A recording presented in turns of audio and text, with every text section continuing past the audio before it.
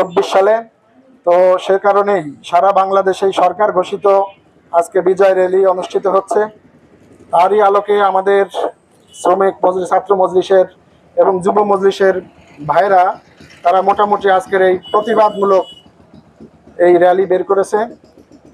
প্রিয় ভাইরা, আপনারা সকলে কম বেশি জানেন যে বিগত দিনে 17টি বছর যেভাবে এই বাংলাদেশে শাসন করেছে, মূলত শাসন নয়, শেখ হাসিনা বাংলাদেশে শোষণ করেছিল।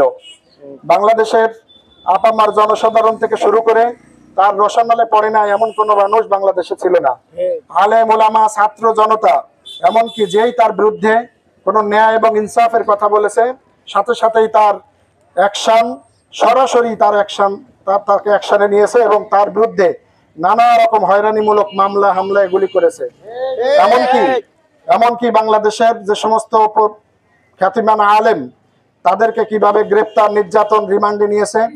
রমজান মাসে ইফতারির পূর্ব মুহূর্তে, সাহারির শেষ সময়ে বাংলাদেশের খ্যাতিমান ওলামায়ে কেরামদেরকে জেলে পড়েছে। আসলে আজকে বাংলাদেশে এই ওলামায়ে কেরাম রক্ত দিয়েছে, ত্যাগ স্বীকার করেছে। বাংলাদেশে আলেম ওলামারা আসলে কি চাই আপনারা সকলেই কম বেশি জানেন। আমরা ঘাট দখল, মাঠ দখল, মানুষের জুলুম এবং অত্যাচার করে কোনো জিনিস অর্জন করা, এই যে আলেম ওলামাদের চাওয়া পাওয়া কিছুই নাই। বরং একটা মানুষের আল্লাহ প্রদত্ত যখন সে দুনিয়াতে আসছে তখন তার কিছু হক এবং অধিকার আছে। এই হক এবং অধিকার সে ভোগ করবে। এই অধিকার এবং হক প্রতিষ্ঠার জন্যই বাংলাদেশ খেলাফত মজলিস প্রতিষ্ঠিত হয়েছিল। আল্লামা মামুনুল হক বাংলাদেশের একজন প্রথিতযশা, একজন আলেমে দ্বীন, বিশ্ববরেণ্য নন্দিত একজন স্কলার। তিনি বাংলাদেশে শেখ হাসিনার রসনালে পড়েছিল, ইন্ডিয়ার রসনালে পড়ে দীর্ঘদিন পর্যন্ত তিনি কারাভোগ করেছেন। নির্যাতিত একজন মজলুম আলেমে দ্বীন এখন সারা বাংলাদেশের আনাচে কানাচে ঘুরছেন শুধুমাত্র মজলুম মানুষের অধিকার প্রতিষ্ঠিত করবার জন্য।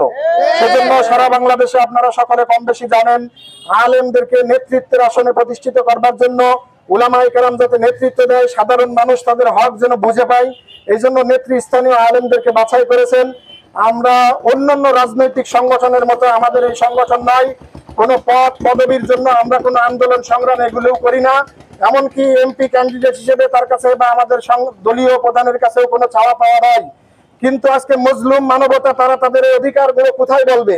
আলেম ওলামা যদি থাকে তাদের কাছে বলে, এবং তাদের প্রতিনিধি হিসাবেই আজকের এই ফ্যাসিস্ট চলে যাওয়ার পরেও ফ্যাসিজম যেন না থাকে সেটা উদ্ধারের জন্যই উলামায়ে কেরাম বাংলাদেশের হক্কানি আলেমদেরকে বাছাই করেছেন। এবং বাংলাদেশে 300 আসনে হক্কানি আলেম ওলামারা ইনশাআল্লাহ আগামী নির্বাচনে প্রতিদ্বন্দ্বিতা করবে। আপনাদের কাছে আহ্বান জানাই, আসলে অনেক কিছুই বাংলাদেশে দেখেছেন, অনেক জুলুম, নির্যাতন এবং অত্যাচার আপনারা সহ্য করেছেন। আপনাদের কাছে অনুরোধ করব, আল্লাহ প্রদত্ত ইবাদত মনে করে, দিন মনে করে, আপনার যেমন নামাজ, রোজা, হজ, যাকাত, অনুরূপ ভাবে একজন জালেমের বিরোধিতা করাও প্রত্যেকটা মুসলমানের জন্য ওয়াজিব। এবং যারা চাঁদাবাজ, সন্ত্রাস, মাস্তানি করে তাদেরকে প্রতিহত করা, প্রতিবাদ করা প্রত্যেকের জন্য নৈতিক দায়িত্ব। আজকে আমাদের এই নোয়াপাড়াতে শিল্প এবং বাণিজ্যিক নগরী অনেক ব্যবসায়ী ভাইরা আতঙ্কে রয়েছেন। আপনারা জানেন যে এই অনেক চাঁদাবাজ, অসাধু কিছু মানুষ তারা এই সুযোগ হাতে নিয়েছে এবং তারা কাজে লাগাতে চাই। পরিষ্কার ভাবে বলি, চাঁদাবাজদের বিরুদ্ধে আমাদের অবস্থান জিরো টলারেন্স। যারা সন্ত্রাসী করে, চাঁদাবাজি করে, মাস্তানি করে, সেগুলোর বিরুদ্ধে ইনশাআল্লাহ আমাদের আন্দোলন সংগ্রাম চলবে। ব্যবসায়ী ভাইরা সঠিকভাবে তারা ব্যবসা করবে, প্রত্যেকটা মানুষ তার ন্যায্য অধিকার ফিরে পাবে।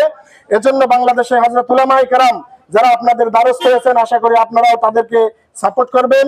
এই আশাবাদ ব্যক্ত করে আজকের এই দিনে যেমন ফ্যাসিস্ট মুক্ত হয়েছিল, আগামী দিনেও যেন নতুন কোন ফ্যাসিস্ট, কোন জালেম, কোন অত্যাচারী ব্যক্তি, কোন মানুষের যেন আর উদ্ভব না হয়। তারা যেন বাংলাদেশকে এভাবে আবার শাসন না করে, মানুষের উপর জুলুম শোষণ না চালাই, সেজন্যই আপনারা আপনাদের সমর্থন অব্যাহত রাখবেন, এই প্রত্যাশা ব্যক্ত করে আমি আমার বক্তব্য এখানে শেষ করেছি। আসসালামু আলাইকুম ওয়া রাহমাতুল্লাহি ওয়া বারাকাতুহু।